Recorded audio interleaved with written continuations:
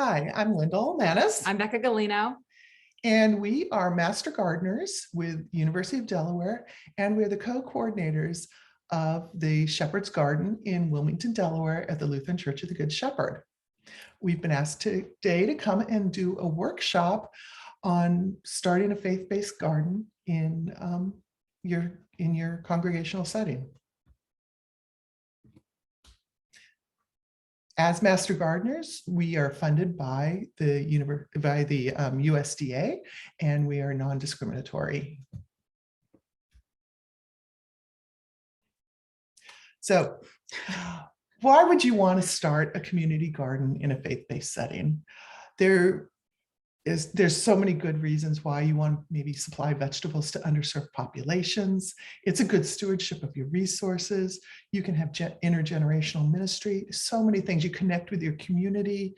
We've listed some groups that you could connect with: Boy Scouts, Girl Scouts. What about school groups? 12-step programs have helped us in the past. There's lots of people that want to help out with these community gardens. Right. And with a community garden, when you invite in community people who are not members of your congregation, you're introducing a different community to the joy of serving. So for example, our community gardeners graciously gave more than 10%. We ask, as part of their garden, to donate 10% of their vegetables each week to our food pantry that we support. And they give us way, way more. And plus, if you've ever grown anything, you know that you can only eat so many tomatoes and squash. But they're always asking, what can we do? How can we do more? And you can see we love our garden. This is over here on the right is our oldest community gardener. She's how old? 90? Miss Lou's 91. 91. Yeah.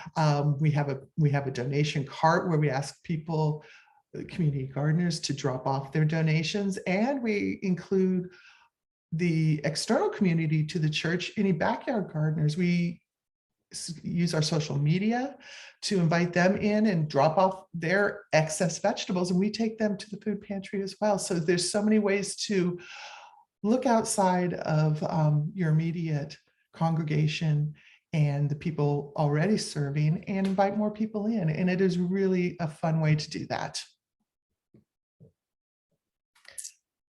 So this is the process for starting a garden. You just need to listen. You can talk to your congregation, talk to the council. You can talk to the children, the property committee, older adults.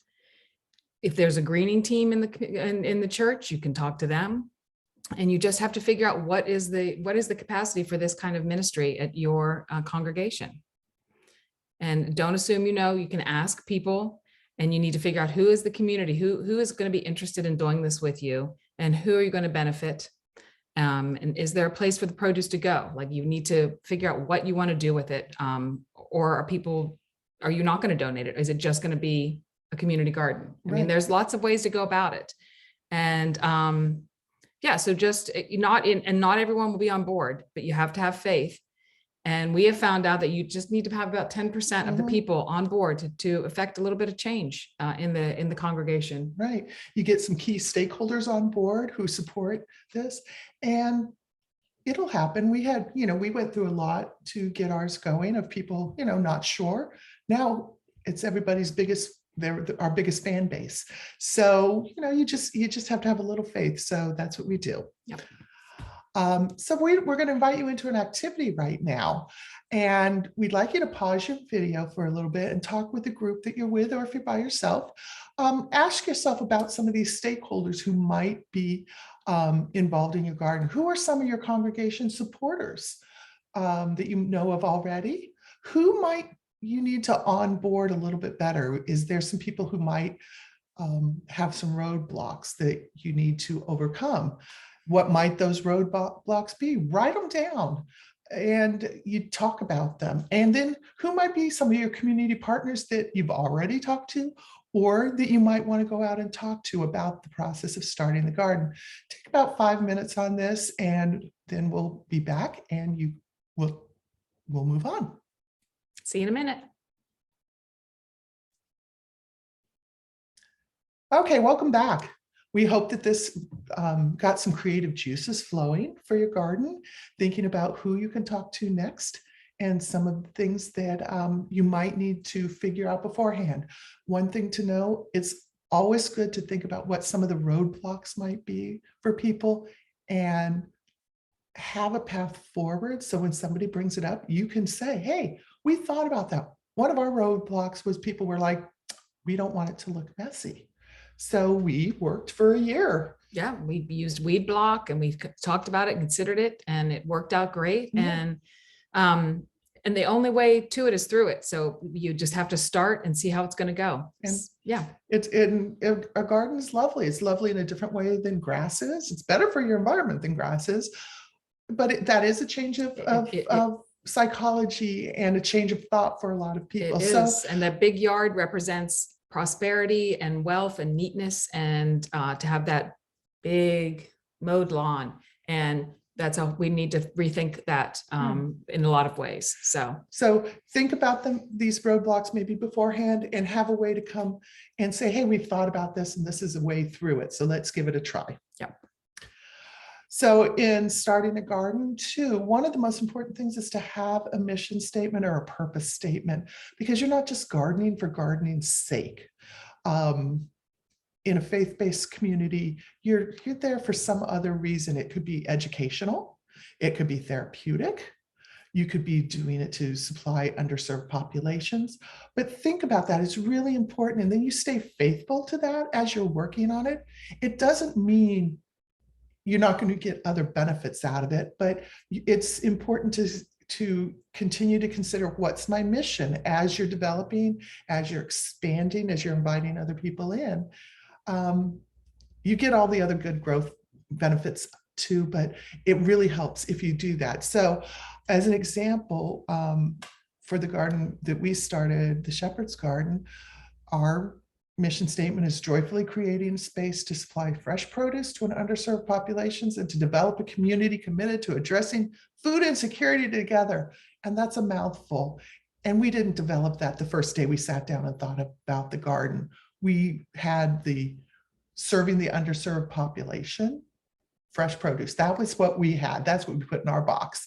And developing the community came as we looked to expand to a community garden. So this is something that changes, but basically we're trying to get as much produce as we can to our food pantry that we serve. Yeah, that's basically it. But then you can also think about your products and your services that happen in the garden. So we have produce. We deliver the vegetables to the food pantry to make it easy.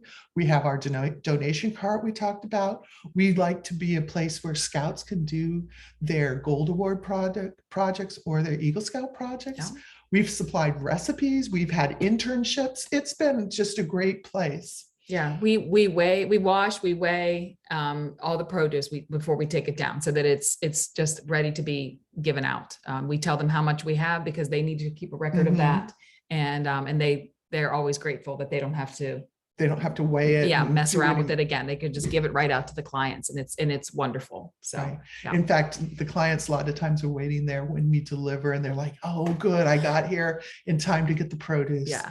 So then also think about your community. We have our food pantry is St. Stephen's, so our community is the clients there, but also in the wider sense, our Lutheran community, our Lutheran Church of the Good Shepherd congregation, and our Delaware, Maryland Synod, because we work with the Hunger Task Force, and we've connected now with many community gardeners across the Synod. Local businesses are some of our partners, and expert advisors. We take lots of expert advice. It's always good to talk about that. And then what are the unique, think about what you want to be unique about your space. And that's a lot of fun because that's the creative part. All right, so we said creative inclusivity, hospitality. We love to do harvest parties. We experiment with some of our beds. We'll plant things we don't really know how they're going to go. But what's the worst could happen is you have to just replant again. Yeah. So, and this sense of joy and wonderment, I think that just pervades the Shepherd's Garden. It does. Yeah, it does. And we wanted to be chemical free as far as pesticides and herbicides. So those were some of the things. So we're going to invite you into a second activity. Once again, we need you to pause the video, brainstorm in your group phrases or words that might describe your dream garden, put them in the large box, and use a smaller box to think of some of the products or services that you might want to have supported by the garden. What are some of the unique things that you think could be? Know this might change over time as you listen in the community.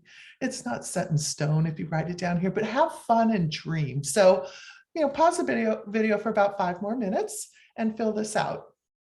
We'll see you in a minute. Okay, welcome back. We hope you had fun dreaming. One of the things we've learned in taking our classes when we do these exercises of dreaming and drawing your dream garden, it's so much fun. So I hope that you found some joy in that. So keep these as part of your record yeah. Because if you do start a community garden, and you'll look back on these your notes from this, and you will be impressed with yourself and amused all at the same time. So it's really good to keep this kind of all together. Right. Yeah, that's what you want to so talk about. So this is the process we sort of have come up with for starting a garden. You need to evaluate your space, and if you need help with this, you can call on Master Gardeners. They will come and help you. They will do a site survey with you. There's many little things that they're looking for. The biggest thing is sun location. You need to have at least 8 hours of full sunlight on your garden to have success. So if it's in a shady area, you might want to find another space. You need to have a water source, either some source from the building or some other way that you can get water easily to your plants, and for washing hands and all that other stuff. Ease of access. We are right next to our parking lot. It's so great. We just drive up when we pull up. We can drive our car right over to the garden if we have heavier items or soil or something like that, and that just makes it so much better. You don't want to already put yourself at a disadvantage by making it difficult to get to your garden. So these are just set yourself up for success.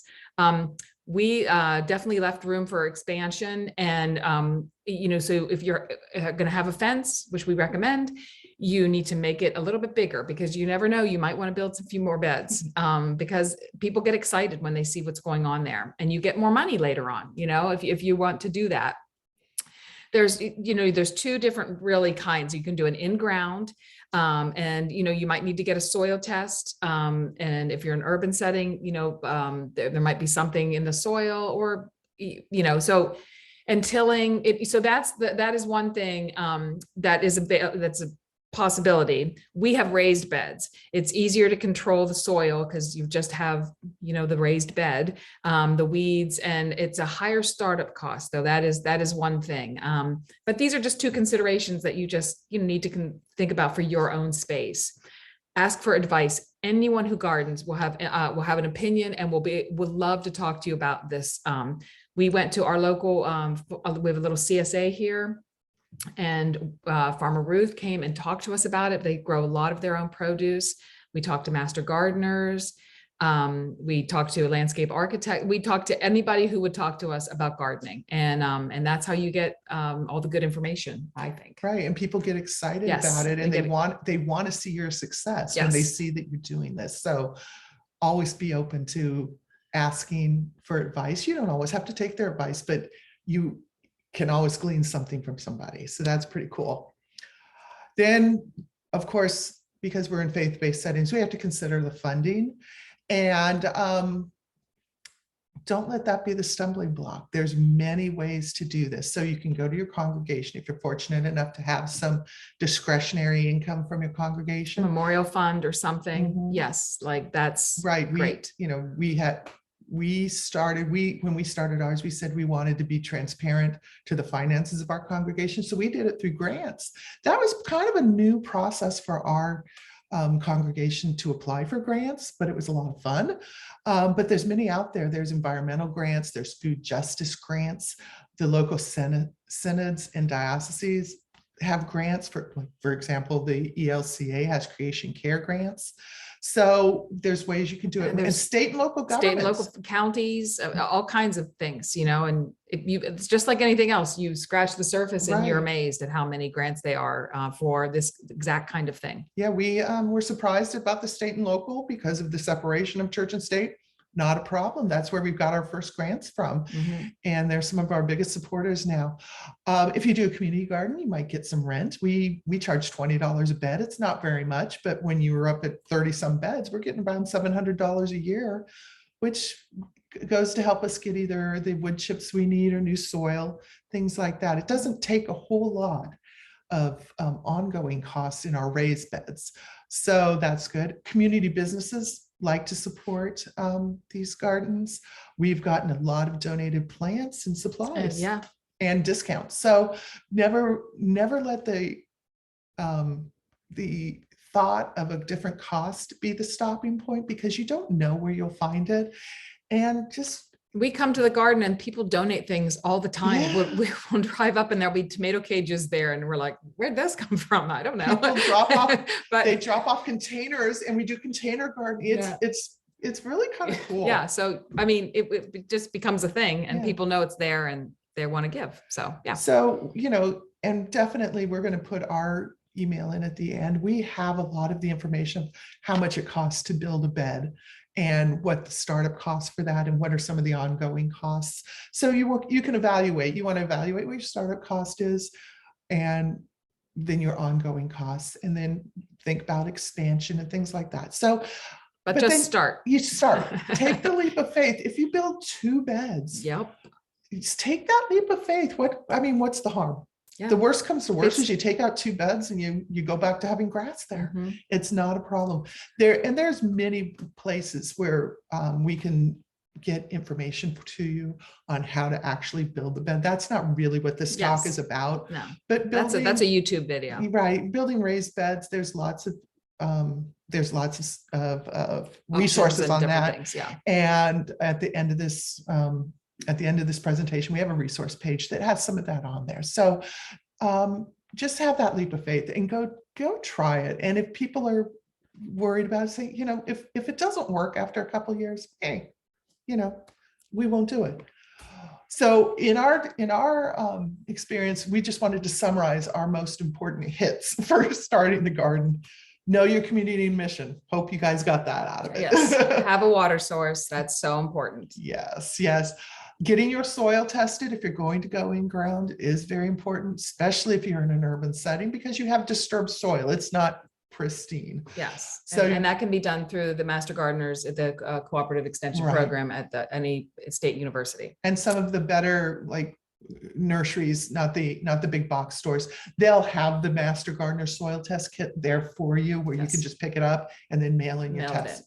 Start small, set yourself up for success. That's what Yeah. you'll want to do. That is probably the biggest thing that we could say. Do not overextend yourself, because you want success and you want people to want to do this. So you don't want to overwhelm everybody the first year and have them get to August and say, I never want to see the garden again. Yeah, Because exactly. you'll feel that way. August is a hot month and it's hard to garden, but Mhm. you start small and you plant crops that can be successful in your area easily.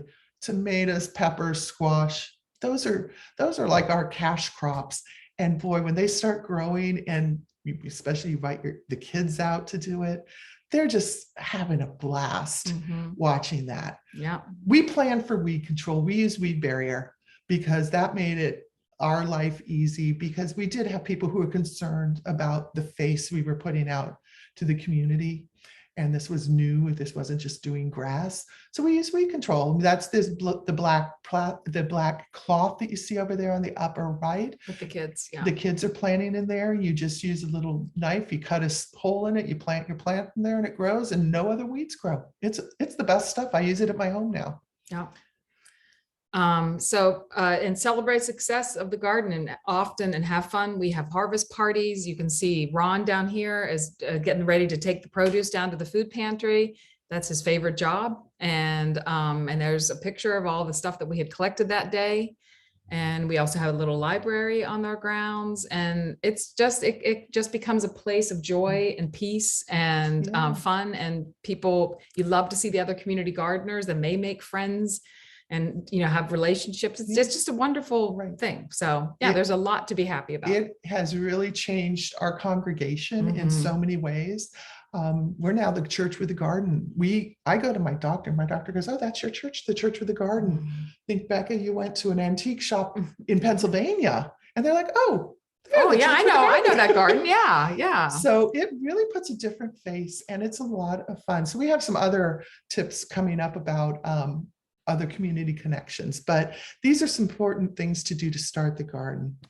So the grant process, we've talked about grants a little bit, but when you're applying for grants, start local. They're easier to do. They're less detailed, less paperwork. They want to give you money. Don't start, the USDA gives out money, but there's a lot more paperwork when you deal with the federal government than if you're dealing with the local government. Make sure you have a good story and answer what's asked. It's like kind of like an SAT question. Answer the question that's asked and stay on topic. Have good estimates of the resource needed. And you can use existing plans. We have a lot of good estimates that we've used, and we share them with people. We always add a 10% cushion because you never know. Something always comes up that you need to do. You have to take out a rock, or you have to buy some cement to cement in a stake. Yeah, and you want to feed your volunteers and all of that. So yeah. And when you're managing the grants, it's really not hard. I wouldn't want you to be, anybody to be intimidated by that, but look at the type of grant it is. Is it a direct funding? Are they going to give you a check?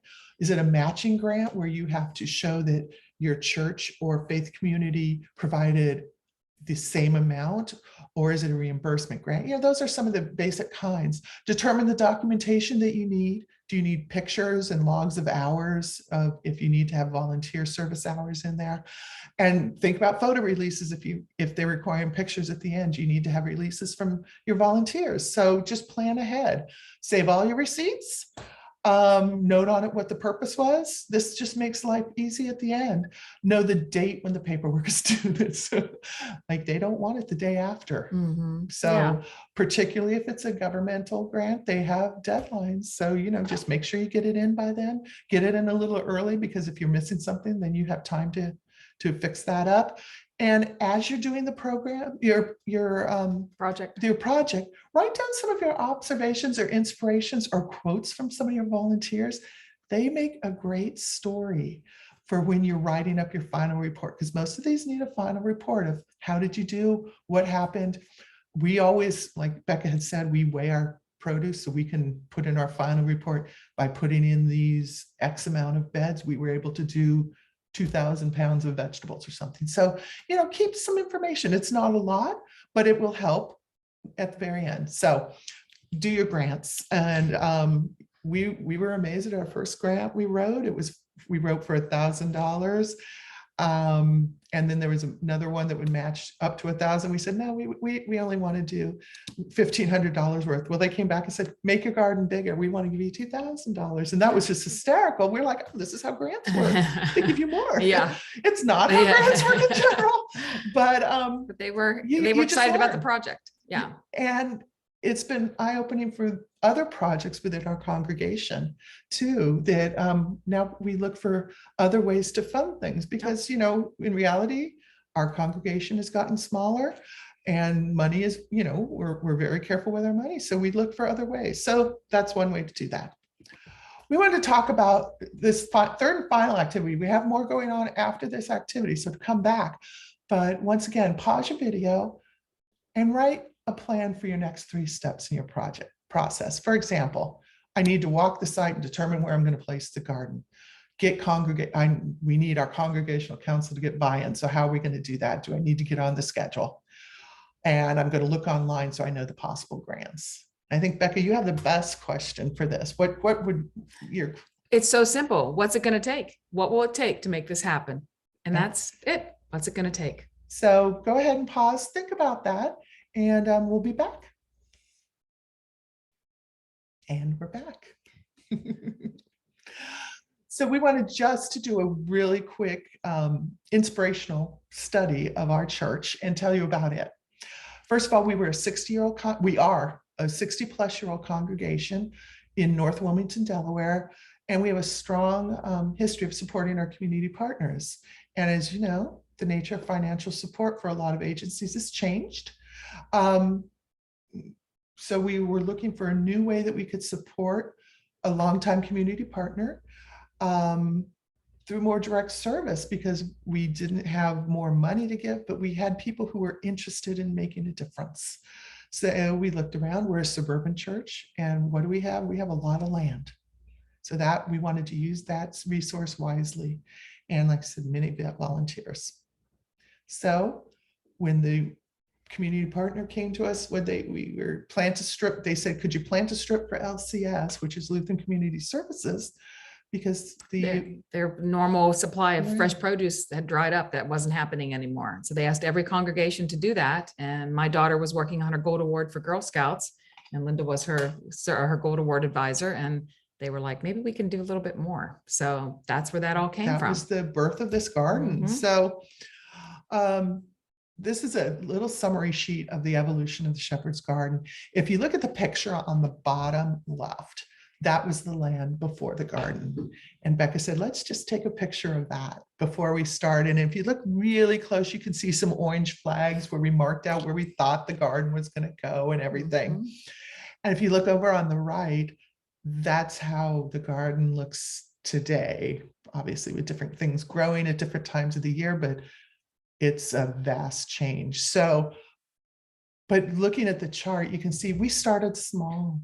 The first year we got those 2 grants, we told you we had $20,000, $2,000, and we built 6 beds.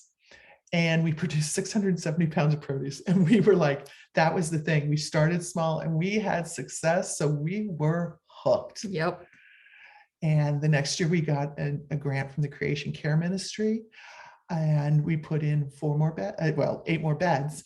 And our biggest highlight of that was we added our automatic drip watering system, and that was awesome. Yes. Big That deal. Made a big difference. You always ask in your congregation, there are so many time and talents people have that they can share. Who knows? Yep. You never know who has that Skill. capability. So Mhm. you ask, you talk about it.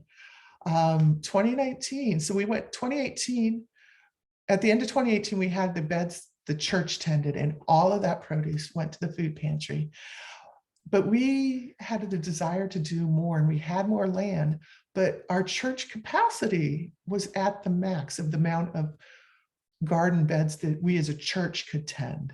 So we took a field trip and we saw a church with a community garden. We thought, wow, maybe we could try that. So you can see in 2019, we got 2 more grants for a total of $5,000, and we built 15 community garden beds. We had questions from the congregation. Are people going to come? Because we're in suburbia, everybody has their own land. Let me tell you, we had those rented out before we had built a single bed. We had a waiting list. So fully subscribed, and we broke a ton of vegetables given to the food pantry. Boy, that was a fun day. We added the community garden that year, a 3-bin composting station, and the donation cart, which you saw before. And that was done with that year with 2 Boy Scout, Eagle Scout projects. So that was really cool. 2020, well, we all know what happened in 2020. We somehow managed to get 15 more beds put in there. That was a Boy Scout project, and they had to rework the entire project to make it to be in family pods to put it together. And we got those done, thankfully, because we had sold those out immediately too. And that's all just on Nextdoor. We just posted on Nextdoor, and that's how we get all of our, and really there's only just a handful of church members that have community gardens. They're all mostly from the community. So it's a unique thing in that way, Right. because they're connected to the church now. They don't go to our church, but they are connected now. They're members in a different way.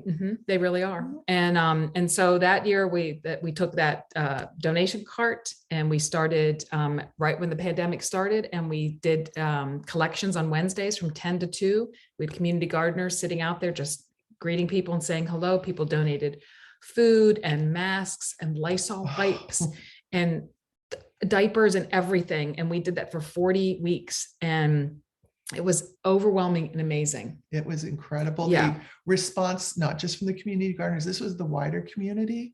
So now we have this whole other community connected to our church. Yeah. We still do that collection once a month.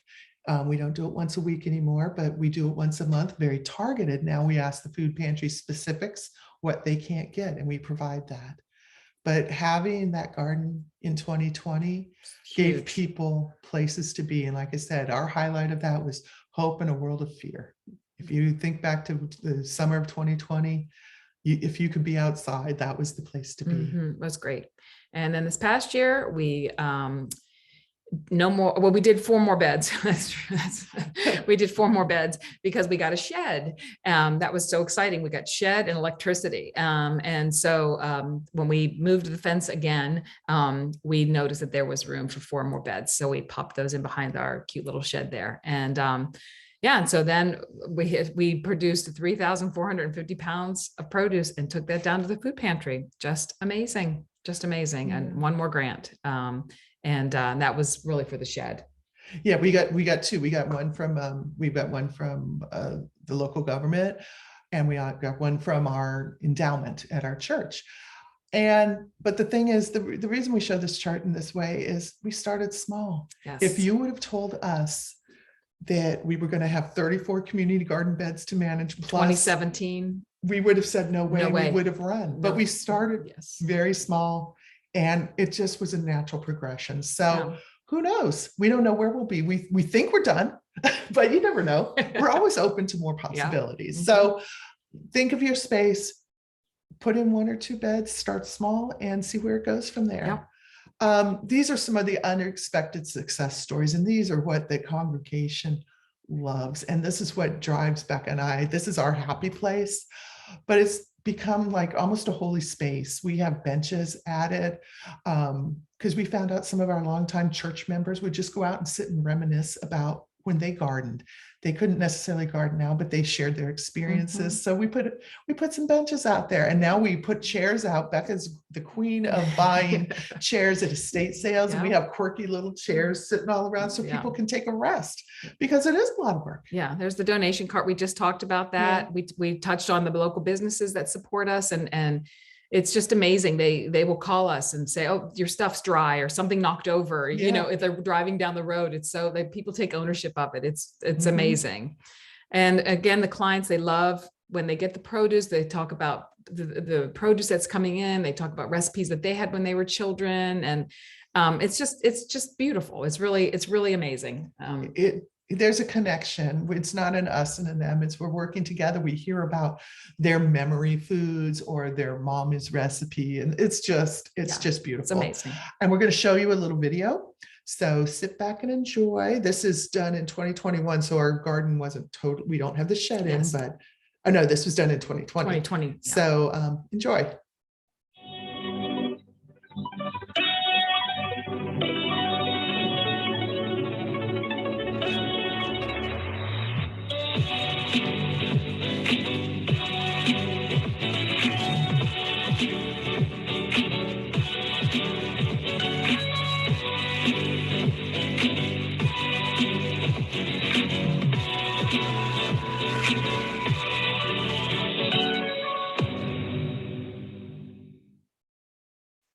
We love that video. We could watch it forever. We could. We have it on our website.